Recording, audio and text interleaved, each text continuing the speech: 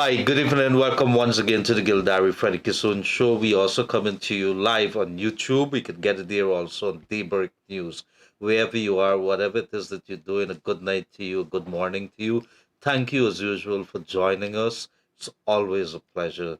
And this is a place that you come. You want to learn a lot about history of Guyana. You want to meet the people that would have made the news, made its stories back in those days, the characters. This is where you come to, and of course, we're gonna give you our position and things, our opinions, because at this point in time, this juncture in time, where a country is at a crossroads, and where things are happening in this country at a rapid pace, we have to be ready for that. It's a new kind of thinking. So I'm not gonna dilly dally too long because we have somebody in the studio here, and before I go there, I was told not to be too long, be short, because the gentleman here, such a big character, and I told him he's a giant, and he says no, I'm short. He's not. I got in trouble at Queens College one time. I so loved books that I was reading the Hardy Boys, and those of you who love reading will know for the kids, the Hardy Boys series and Nancy Drew and so on, Enid Blyton. Big things for kids who love reading. It took you into another world, transported you into another world.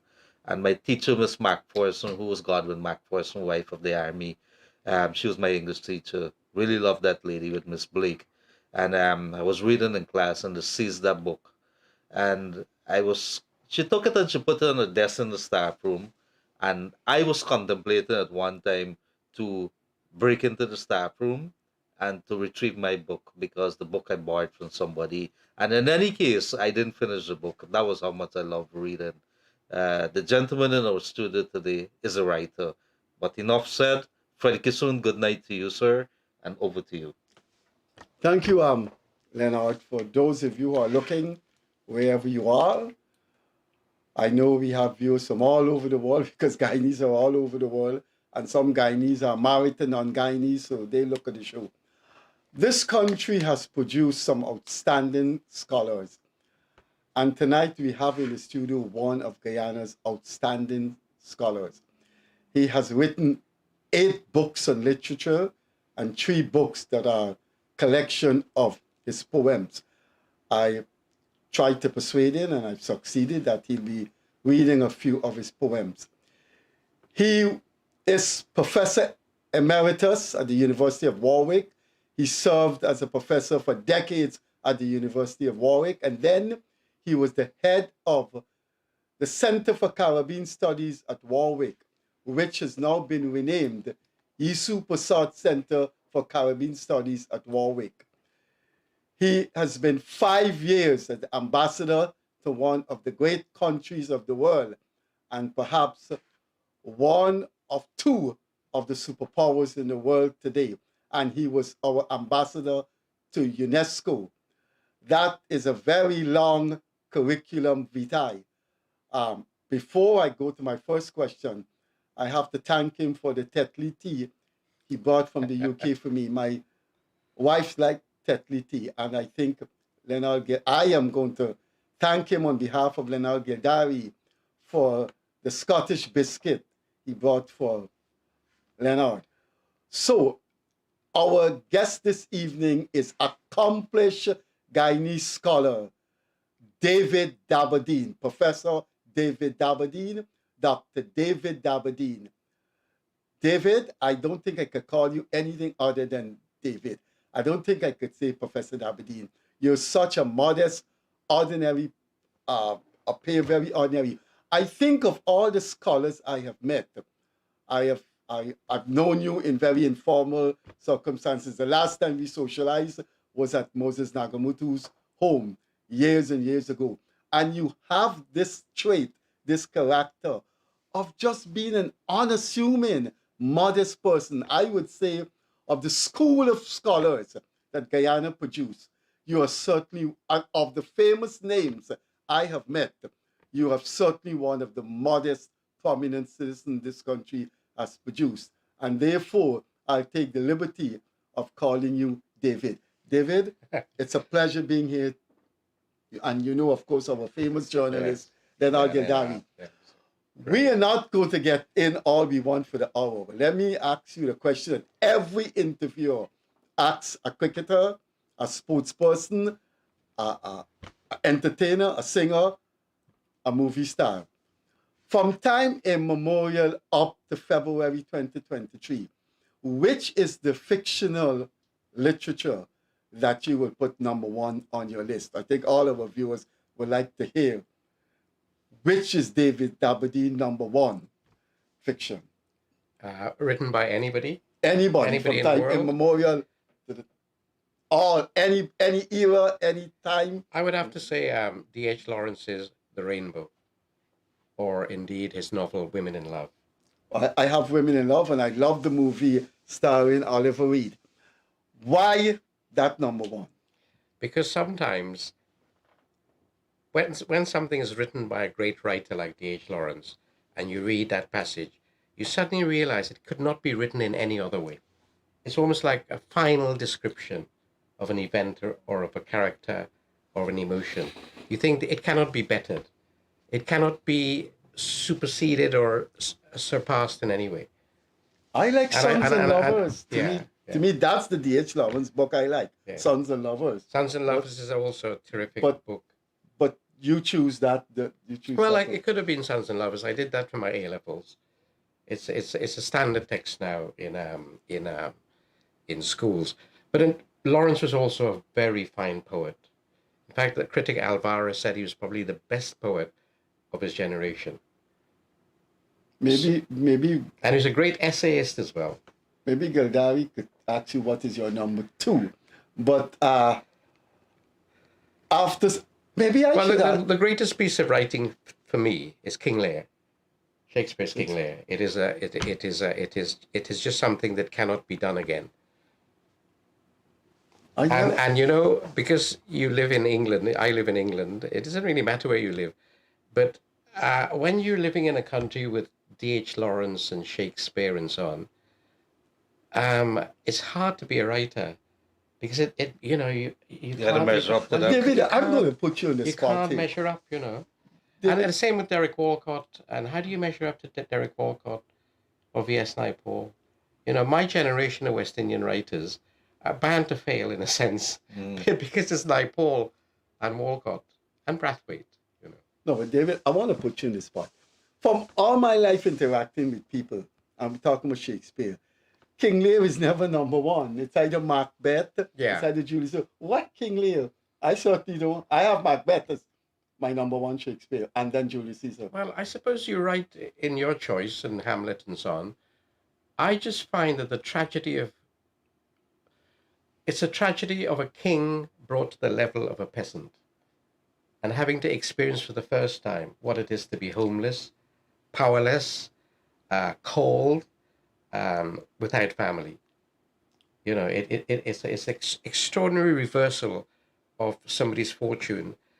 And can that King Lear then keep a nobility about himself and a compassion?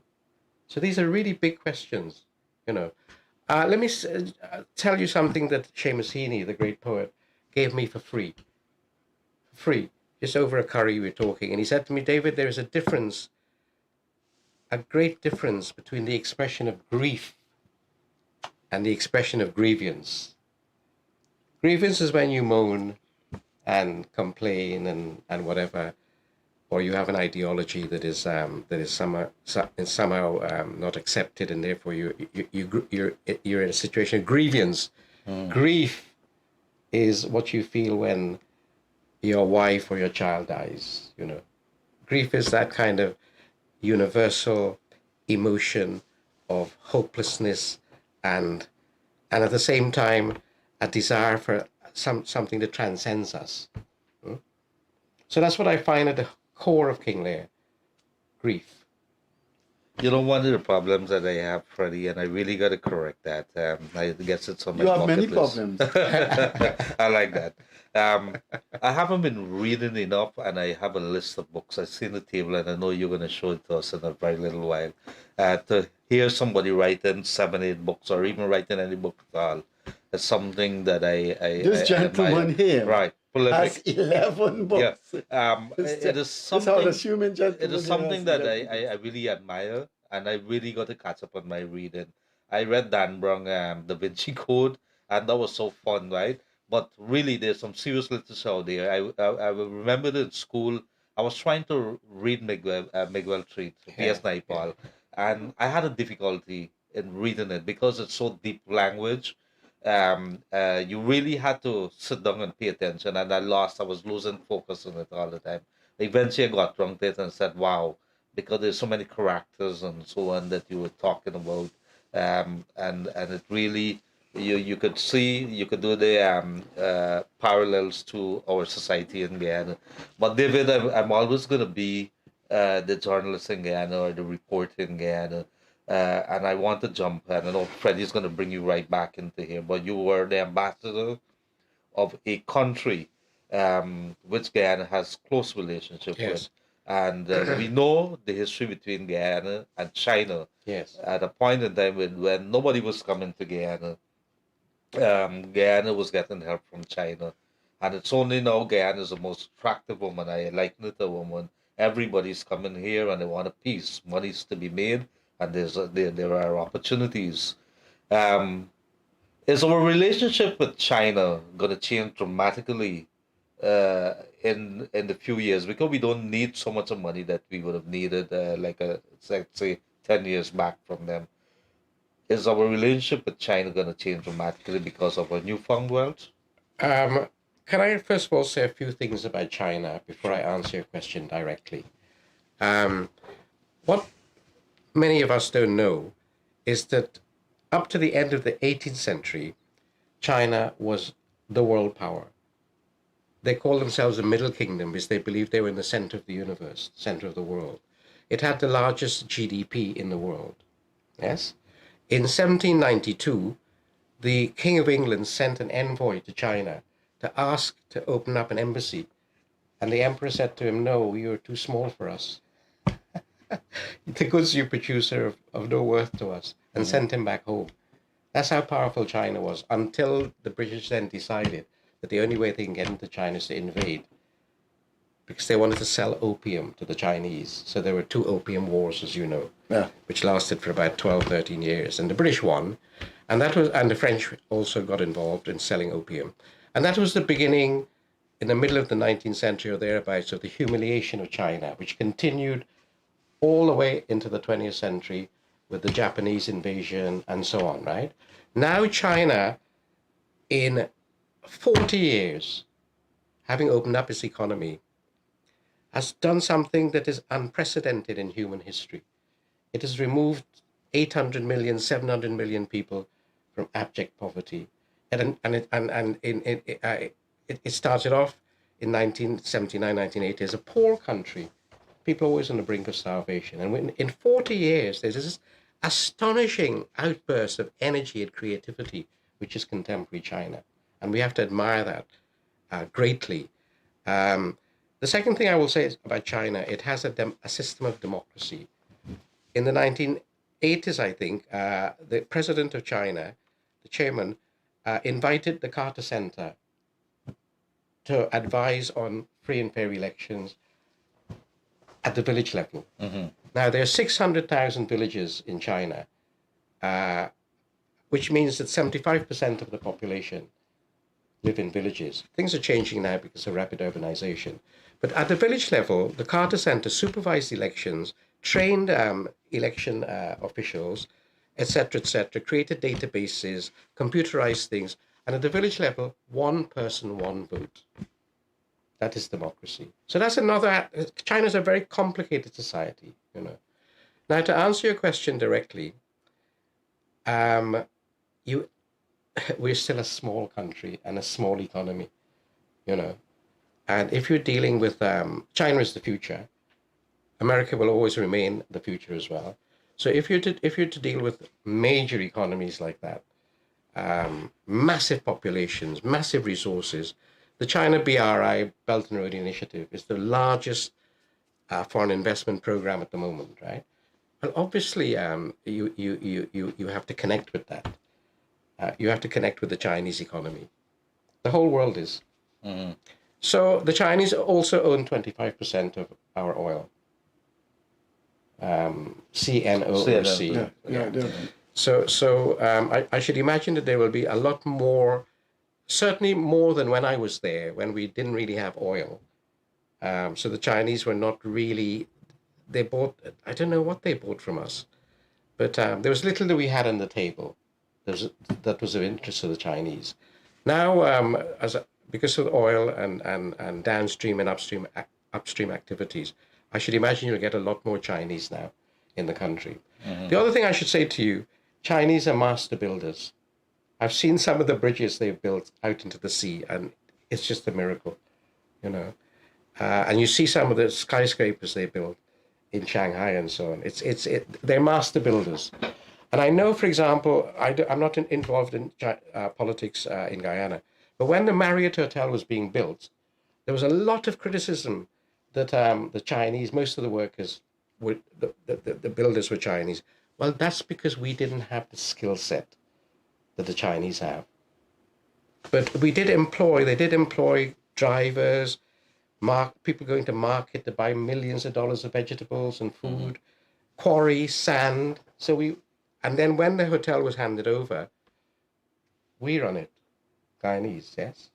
So we just have to be careful not to be so suspicious and critical of China without understanding the complexity of the society. Mm-hmm. The second thing I would say, and this is not in defense of China, China has about easily 60 ethnic groups, different ethnic groups.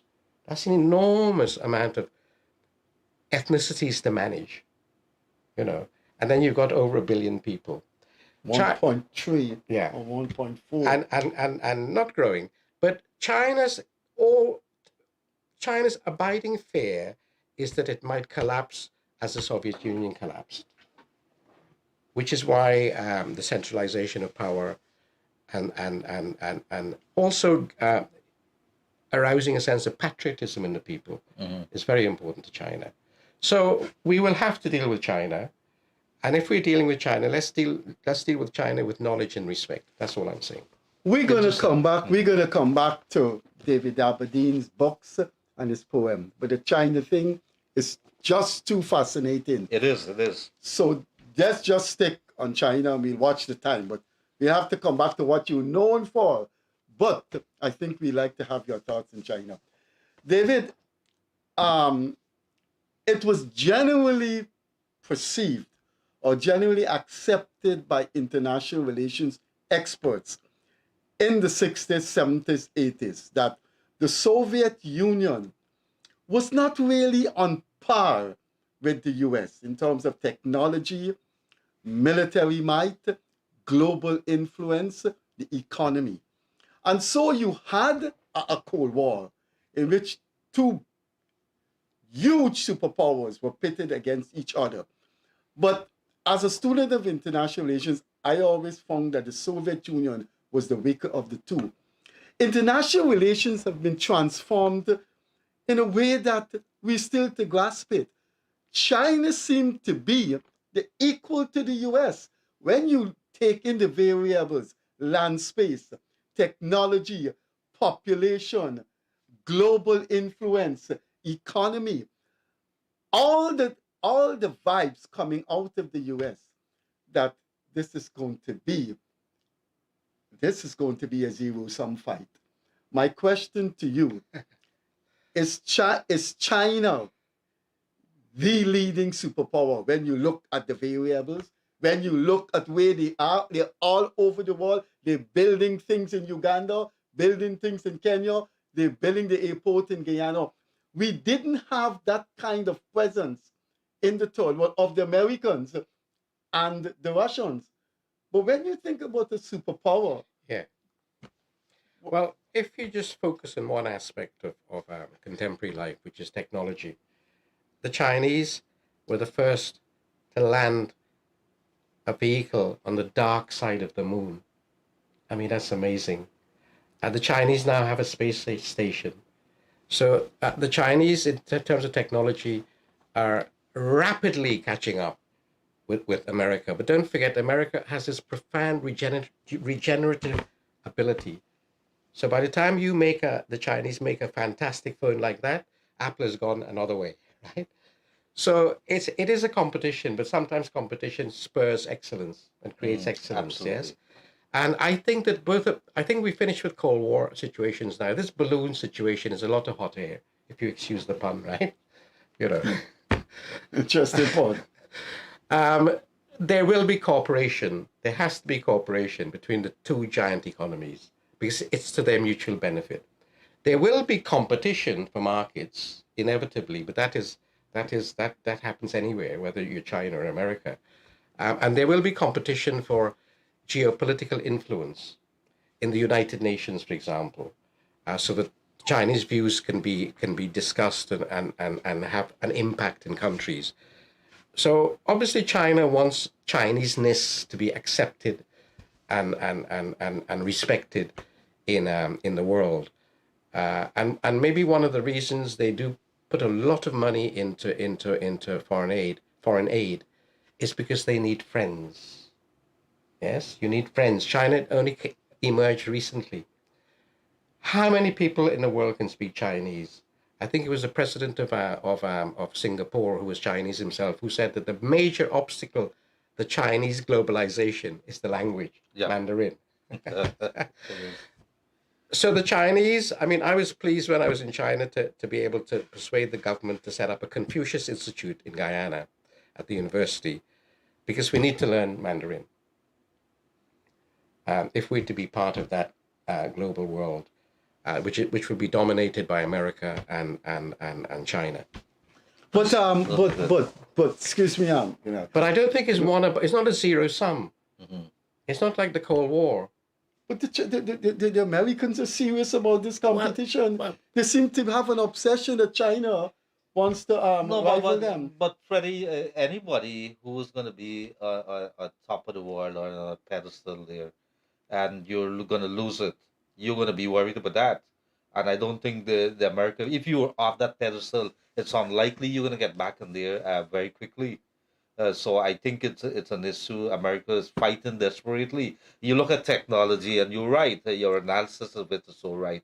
You look at technology, and just for the sake of argument, Doc, could you tell me on your estimation how many Guyanese you believe are in, how many Chinese are in Guyana at the moment?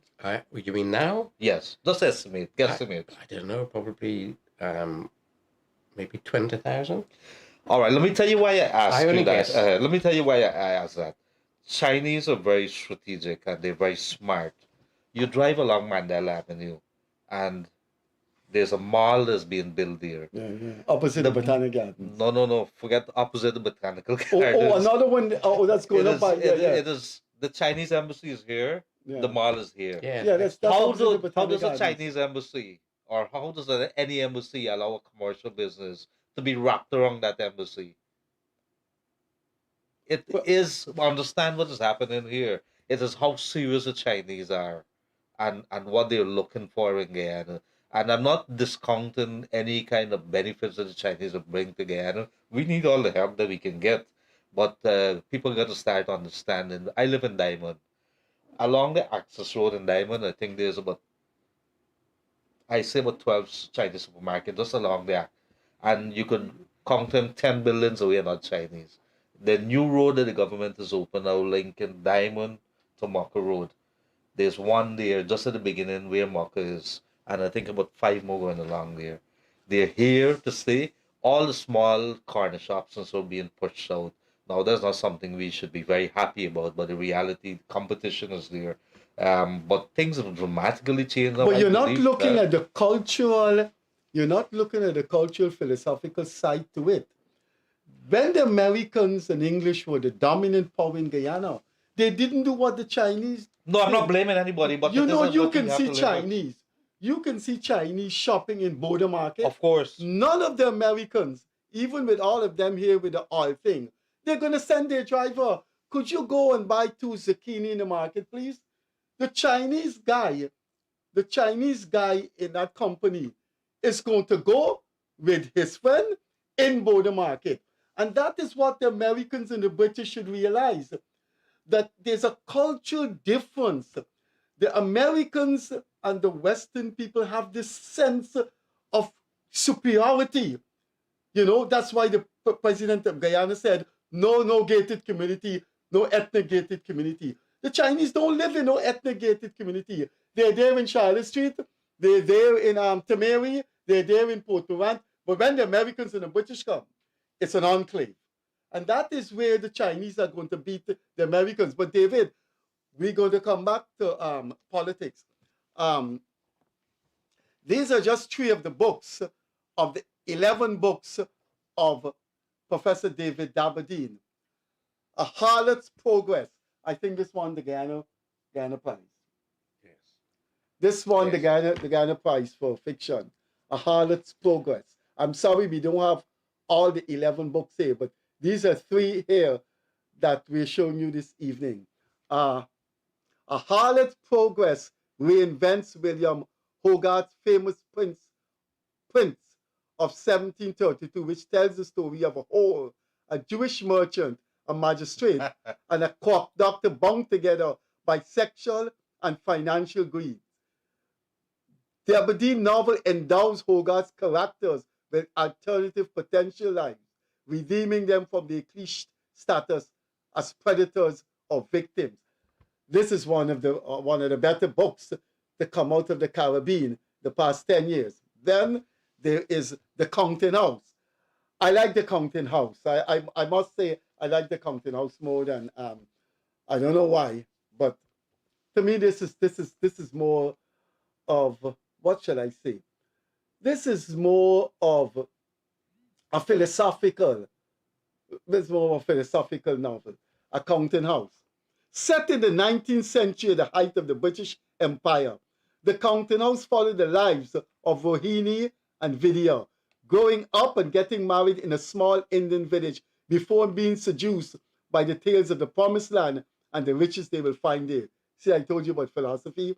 The Promised Land is British Guyana, but instead of fertile fields and instant wealth, they find they have been sold into slavery, having abandoned their families, their culture, and a country that seems increasingly like a paradise. Rohini and Vidya learn how to live with themselves. And this is what the Times of London, one of the prominent newspapers of London, said. Excellent, presented with poetic precision. This novel succeeds as both a compelling story and a beautifully sustained piece of writing. Another of the prominent English newspapers, British newspapers. Beautifully written, Dabydeen's grace as a poet turned novelist is to give his characters imagination and inner lives, voices in prose. This is a marvelous novel. And David Dabydeen's Turner. Guyanese, you're looking at an accomplished scholar here. You want to talk about my choice of The Counting House as against A Harlot's Progress. That's assuming which one of the two you put above each other. I am saying The Counting House is my David Dabydeen's book. Well, I'm just pleased that you like anything that I write. That novel, I have to say, could have made me a rich man because it got shortlisted for the world's biggest prize for a single work of fiction, which was the Dublin Prize, which was £100,000. And I wouldn't be here tonight. No, I would be here tonight, even if I wanted. No, I mean, just talk generally about writing. I mean, you speak to any writer, they've always wanted to write from the time they were young, and that's their passion and commitment. I mean, if even talking to you today, I'm thinking of something I have to revise. If you don't write, I think writing is almost like an addiction. If you don't write, you're unhappy. You know, because you're doing something that otherwise everything else that you're doing is banal, or if not banal, it's compensatory. You know, so if I don't write, I don't feel ill, but I feel mentally ill. It's almost like I've never taken heroin, but I should imagine it's almost like taking heroin. You know, shoot me, please. But Right? you should love what you're doing, Dave. David, you What? should love what you're David, doing. And The Counting House is not influenced by Naipaul. It has that naipaul. No one's David. Well, Has. everything, I would imagine that I'll come back to you in a minute. Everything that I write has been influenced by Naipaul, Okay, well then and that's that's it. why the character is called Vidya, Yeah. which is Naipaul's name. But you were saying to enjoy writing. Of course, the great enjoyment of writing is when you come when you do a sentence and it has a beautiful metaphor or a simile, or it sparkles in some way, and then you feel happy for the rest of the day.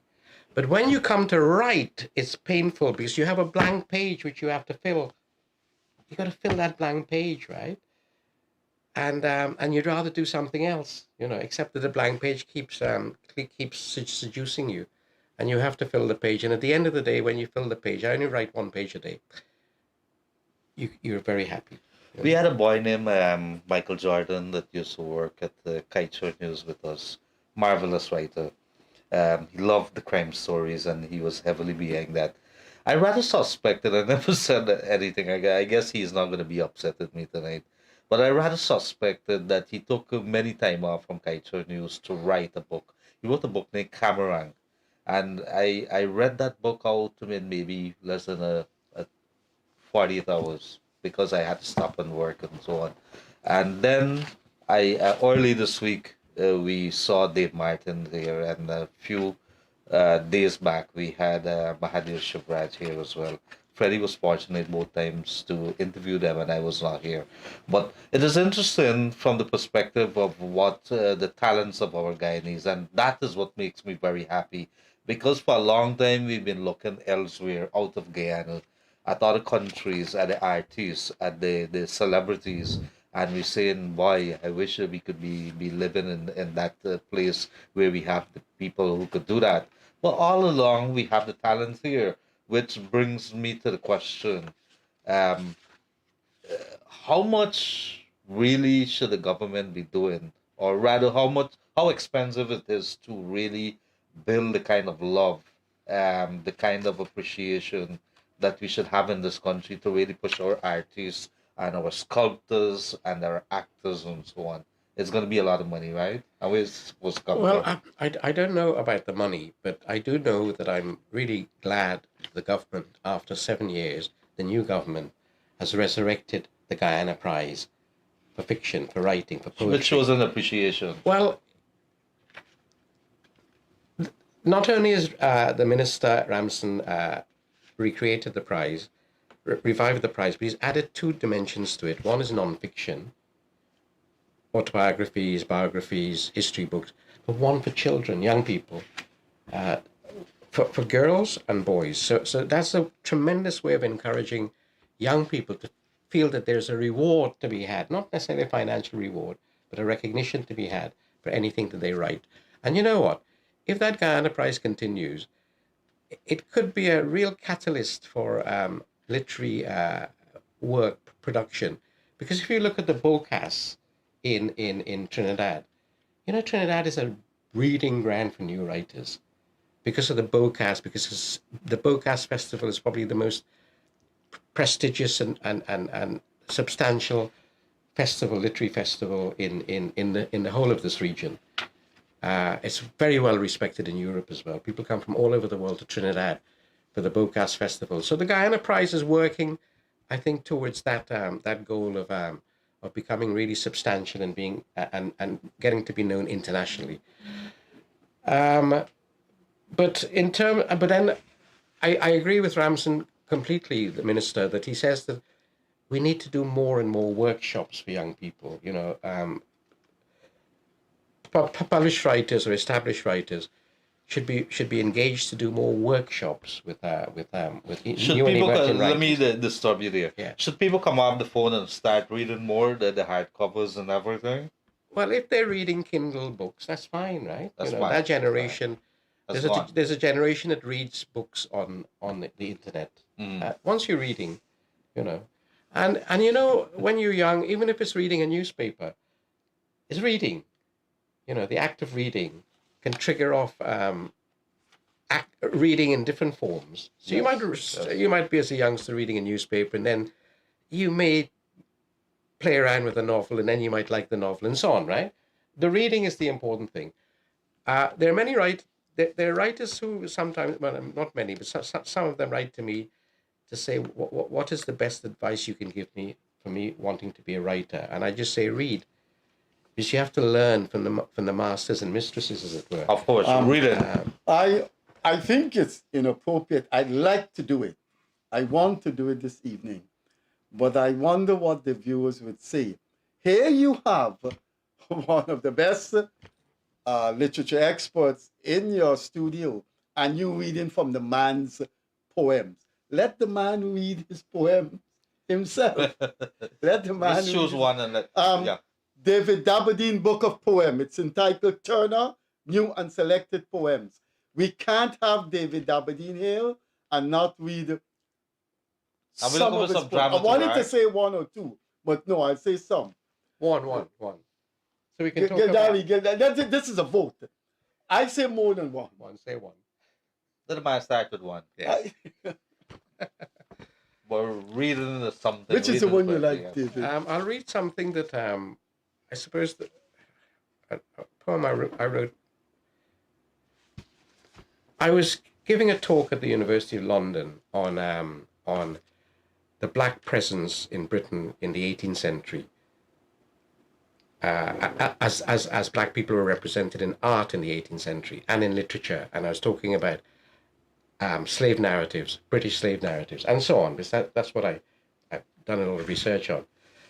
And afterwards, a Rasta woman, bigger than me, but then most people are, braced me up against the wall, literally. And I don't mind if women brace me up against the wall. But in this case, it was rather aggressive. What is depends on the attention. It was aggressive. And she said to me, why don't you write about your own people? I remember that, being shocked, because being Jamaican, they're probably not as mixed as we are. And therefore, they don't understand that we're a different kind of people. We talk about each other, we write about each other, we think about each other, we marry each other, you know. And I could have said to her, do you know that Rastafarianism has some of its roots in Hinduism? That marijuana was first smoked in 1838 in Guyana, brought by the Indians, you know. And if you go to India, some of the sadhus and they have locks, you know, they have locks, right? So there's a lot of syncretism involved in the Rastafarian religion and in Indian religions. Mm-hmm. But you couldn't say that to her because you were braced against the wall. So I went home and I wrote this poem called Kuli Mother. And I'm not ashamed of the word Kuli because it's a historic term. All it means, in India, it's used all the time. It means a porter, a worker, right? So this is called Kuli Mother. Jasmati live in Brockdong hut, big like batter shoe box. Beat clothes, weed yard, chop wood, feed fowl for this body and that body and every blasted body. Fetch water, all day fetch water, like if the whole, slow flowing Kanji river God create just for she one own bucket. Till she foot bottom crack and she hand cut up, and curse swarm from she mouth like red ants, and she cough blood on the ground, but mash it in, because Jasmati heart hard, she mind set hard, to hustle save she one slow penny, because one dutty make dam cross the Kanji, and she son Harilal got to go to school in Georgetown, must wear clean starch pants or they go laugh at he, strap leather in he foot, and he must read book, learn talk proper, take exam, go to England University, not turn out like he rumsucker Chamar Daddy. Chamar Daddy. But that is about the determination of women. You know, who was it? A great English writer said that when you liberate women, when women are liberated and given opportunities, as men have been historically, the whole world changes. The economy of countries changes. Coming back to China, one of the reasons China bounded into the future was because women were given the opportunity to go to school and encouraged to go to school, right? And once those energies have been released, we're there, economically, politically, socially, and so on. So that poem is about a strong woman Um, cursing and her husband. it was motivated by a woman who Who braced them against the wall? Yeah, yeah. pushed you against the wall. Yes. Yeah. David, you live in a country when Obama became president. You could see what was happening to the U.S. There's a man, an East Indian man who's the prime minister of the UK. David Aberdeen, what's your take on Rishi. Rishi Sunak? And The joke in England it's not an aggressive joke. Is that we should rename Downing Street Browning Street. That's racist. Because not only do we have a Hindu, practicing Hindu prime minister, but we have a Muslim mayor, a very popular Muslim mayor yes, he of is. London, Sadiq Khan. Sadiq Khan, and he has you can imagine the economy of London that he's in charge of, billions. We have a black West Indian mayor of Bristol, which is one of the big cities, But Lamy, and David Lammy he was undoubtedly in will the be Labour Party. well, he is the shadow. He will undoubtedly be the next foreign minister. Yes. So coming back to Sunak, people trust him in terms of his ability to handle the economy. He stabilized the economy. He stabilized the value of the pound, and so those are two major achievements. But then inflation, strikes. England, everybody's in strike now. Yeah. Train drivers, post office people. Yeah. nurses My and so on. daughter said they had to go round and round and Yeah. round and round. And She was in because the Tories have been in power for 17 years, it is almost inevitable that they will lose. People want a change of government, But the sleaze will cause them to lose, apart from the economy. Well, there's been a lot of allegations of sleaze during the coronavirus, of jobs going to, contracts going to friends of friends and so on. It's not something I followed closely, the sleaze, but I have to also, by the way, while talking about Sunak, I also have to praise the Tory party for bringing the COVID situation to manageable proportions. I think the ministers of health at the time undoubtedly saved through their actions hundreds and hundreds of thousands of lives. So we have to give people credit as well for the efficiency with which they handle, maybe in the later stages, the corona infection. The virus. Parallel should be drawn here because I've always said Irfan Ali as a president, I think it was courageous for them to open I was extremely shocked with when they started opening up the airports. And even look at the Ministry of Health, a country that is now in this thing, how they manage the whole corona. We went over to Suriname just as when we opened up our country, our airports. And Suriname is suffering because they didn't move fast enough. Yeah, sure. A lot of Caribbean countries made the mistake of not opening fast enough. We did that here. But coming back to Britain, Suella Braverman. yes, Oh my. not popular at all. She's a descendant of indentureship, by the way. But David, I don't want to cut you. No. She seems to be so viciously anti-immigrant than any white minister you can think of the past 20 years. Well, that's the reputation she's got. Whether that's sensational reportage or not, I really don't know. I don't want to judge her, except if I read about her in reputable newspapers, and there are many accounts about her that go against the sensational opinion in her. I'm not here to defend her. Don't believe everything you read in the news. Yeah. And to get to her position, she must have been a very strong woman, very capable. Yeah. Let me just say very briefly, when I first came to England in 1969 as a boy of 13, there was a lot of Paki bashing and what's called Linton Kwesi Johnson. Linton writing his about song, Paki bashing. and chasing black people and so on. I think it was I sometimes think it was like the working class equivalent of hunting. You know, you chase your immigrants. Things have changed almost completely now. In London, as I said, we have a mayor. It is unacceptable to be racist. You can be racist quietly, but a third of London now are people who were not born, not indigenous to England. You know, culturally, massive changes in terms of the Tolerance has to be the watchword. well, no, in terms of culture, in terms of people celebrating Diwali, people celebrating Eid, you know, shops catering for halal meat, etc., etc. So cultural changes at all levels, and of course, Indian writers, Indian artists, Pakistani artists, or people of Indian origin and Pakistani origin, represented in the arts in a much bigger way, you know, than before. So I feel comfortable now in London. Will it be better? All the polls are saying that they're going to lose. One poll says Sunak is going to lose in his own constituency. Well, I am a Labour Party supporter. So am I. Yeah.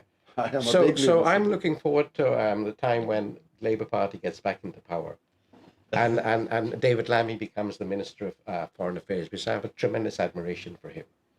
I like Corbyn though, Yeah. David. Yeah. I like Corbyn. I don't know how... Was it a conspiracy against him with that anti-Semitism thing? I don't think conspiracy is strong is a proper term.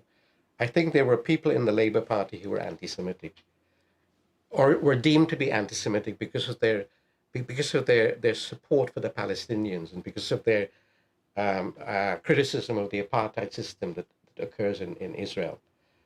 And because they were pro-Palestinian or sympathetic to Palestinians, people thought automatically they were anti-Semitic.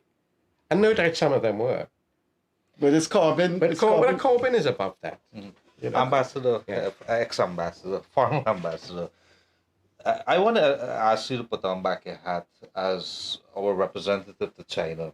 And I saw somebody wrote the people that are viewing, and they raised the issue of dumping of poor quality goods in Guyana and this part of the hemisphere. Is there anything that you believe that we should be doing as a country? Do we have a major problem with poor quality goods being dumped in this part of the world? I don't think Chinese. First of all, let me say that you're probably not old enough to remember that Japan was the China in terms of cheap goods. Mm-hmm. You know, when people used to laugh at things called "made in Japan." Mm-hmm. Look at Japan now. China is moving away from cheap goods into high quality production, whether it's fridges or telephones or electronic whatever. stuff, Yeah, and the cheap stuff is now moving elsewhere to Vietnam and so on. So the so-called dumping of cheap goods in Guyana, why does it occur? Is because people here can only afford that kind of goods. Mhm, Many people, mhm. right? Otherwise, the business would collapse. Yes. So once there's a demand for cheap, anything cheap, spectacles, cheap shoes or whatever, and that's all people can afford, well, then the Chinese are doing us a great service. Mhm. Well, not great, are doing us a service. Also, with Freddie, and if I may, the last question from me.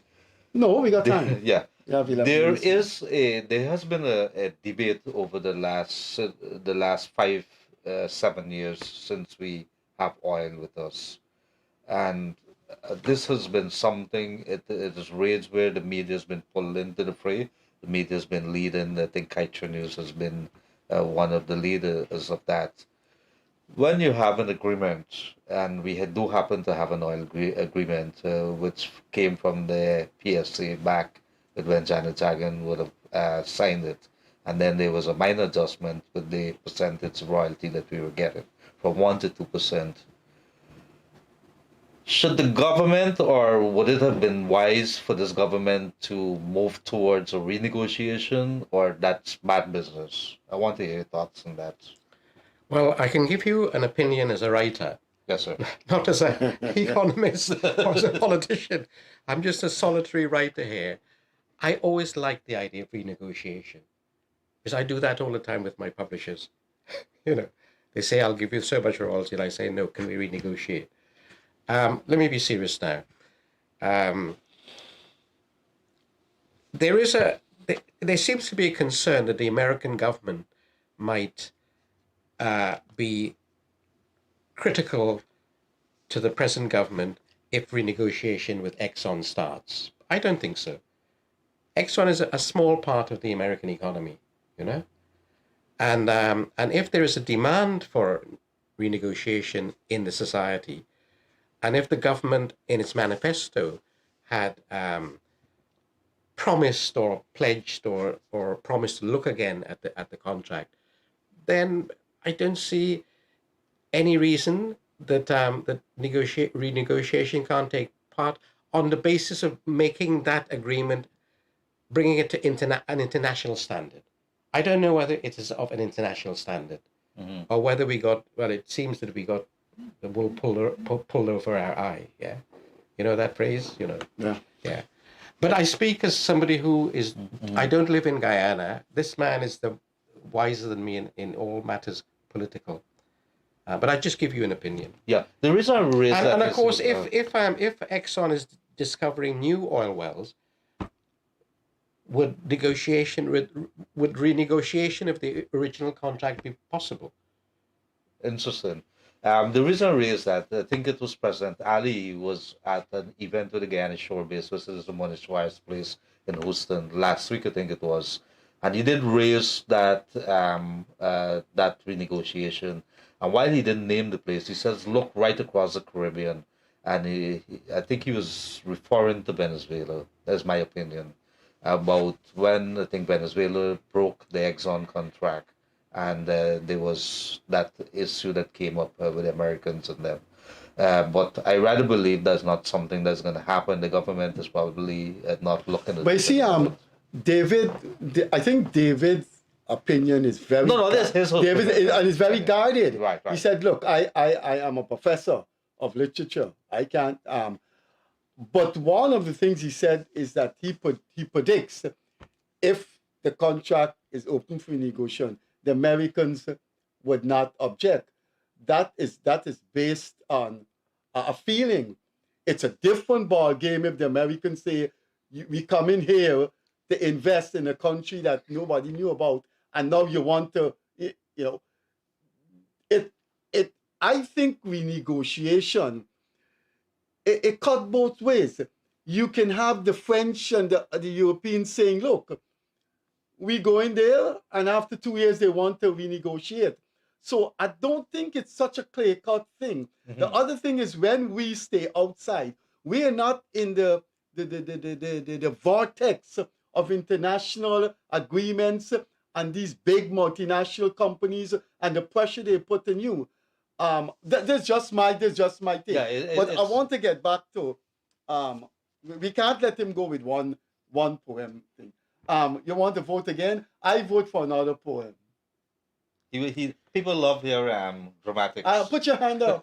Yeah, He's not all putting. right. Look, at two verses. I really more. enjoy that, by the Two way. verses more. Yeah. It's a poet in him. Oh dear. Let me see. Da, da, da, da, da, da. You have any that is as garish as that? Oh dear. Oh, let me see. Talk in the meantime. No, we what are we? Folks, Okay, let's yeah, talk. Let's talk. Yeah, talk. What first, you I looking? think of, all right. Viewers, Guyanese, wherever you are, we have in our studio this evening Professor Yeah. David Dabydeen, Professor of Literature that spent decades at University of Warwick, and now he heads the Amina Gafu Institute for the Study of Indentureship. He's reading from one of his collection of poems, a book named Turner. So I'll read. It'll be two pages. Go ahead. You have time?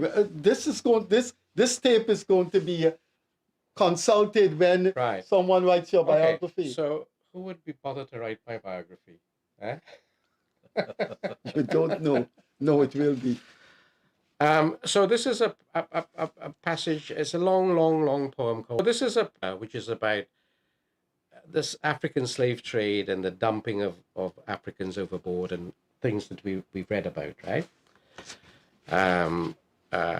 So here is a dead a young African who is awakened, as it were, and a ghost almost in the sea. Yes, the sea has brought me tribute from many lands: chests of silver, barrels of tobacco, sugar loaves, swords with gleaming handles, crucifixes set in pearls, which marveled at, but with the years grown rusty and mouldy, abandoned, cheap and counterfeit goods.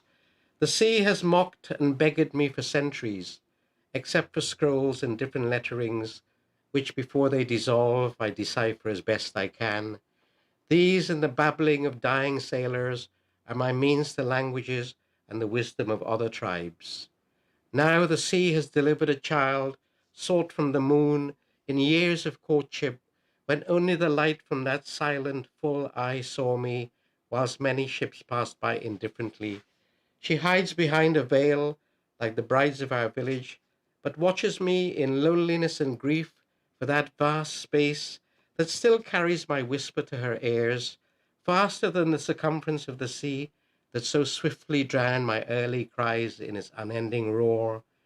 There is no land in sight. No voice carries from that land. My mother does not answer. I cannot hear her calling as she did when I dragged myself to the bank of the pond, my head a pool and fountain of blood, and she runs to me screaming, plucks me up with huge hands, lays me down on land, as the sea promised in early days, clasped and pitched me sideways in the direction of our village, my dazed mind thought, across a distance big even before, even big beyond even Turner's grasp. But I'll stop there to get so you get a sense of how the sea has been the force that unites Kalapani people, Indians, and Africans. It's a sea. As Derek Walcott said, the sea is history. And that passage and the Turner book is about the dumping of Africans. It's a very very famous case in the 18 that hastened the ending of the slave trade. When on board the slave ship, the Zong ship, they were supposedly running out of water, and so they dumped all the Africans overboard. Yes, so that is a long poem, a kind of lamentation, um, as also a celebration of survival. You know. So I, as a Guyanese, I like the idea that the sea connects us. There's a lot of imagery there. Well, I think when you read, I know why you read that passage. Now, here is a book edited by Lynn Macedo on, this is David's book of poems named Turner, and this book is The Hook of Desire, Slavery and David Dabydeen's Turner. So this is a book on David Dabydeen's collection of poem Turner. The Hook of Desire, Slavery and David Dabydeen's Turner. By David Dabydeen's Turner, we're talking about, and David Dabydeen's Turner. By David Dabydeen's Turner, we're talking about an edited volume of David Dabydeen's collection of poems here. David, where do you go from here? Well, that book, The Hook of Desire, comes out in March, and it surprised me because there's 13 scholars from Europe, America, one from Lithuania, writing about my book and Turner. Yeah. So it was pleasing to know that at least somebody in Lithuania. Freddie quickly, and then David, and David, where do I go from here? I go home. I go to a bar to have a nice glass of vodka or rum or whatever there is, and then I go to bed to sleep. David, we had another icon here 2 days ago. Someone that you probably have met and probably your friend, the famous singer of the 70s and 80s, Dave Martin. Oh yeah. And it is always an honor, a pleasure, and will become a historical memory sitting next to an icon and sitting next to one of the great sons, one of the great citizens that Guyana has produced. Professor David Dabydeen, it was indeed exciting, titillating, stimulating, but most of all, a beautiful hour. Thank you very much. Freddie. Thank you. We'll do it again. Yes, we will. Thank you Thanks, very much, thank you. Professor Thanks. David Dabydeen. Wherever you are, folks, I think for me as a young man, the youngest man in the room, it is always good to talk about reading. And when you're talking about people or talking to people, and they're the ones involved with the use of words when it's written, and you could read it and make such beautiful songs from it. And he has a way with the dramas, reading from the poetry. And if you don't have a love for that, you should. We should start our reading going back to the old days, whether you have a Kindle or you have the hard copy like this. We should start having some appreciation. It's the only way you could get a lot of knowledge. It's not only TikTok and the Facebook. Let us do something that's meaningful, something that could benefit our countries, benefit our country, benefit ourselves, benefit our families. Wherever you are, ladies and gentlemen, I want to say thank you very much to my co-host, Freddie Kissoon, and of course to our guest, as Freddie put it, a son of the soil. And it's good that we should be celebrating the people of our lands who've made history, who've made the stories. We should continue doing that, telling the stories as we record history. Good night. Have a pleasant weekend. Stay safe on the roadways. We're going to be back with you on Monday, evening, same place, same time. Take care.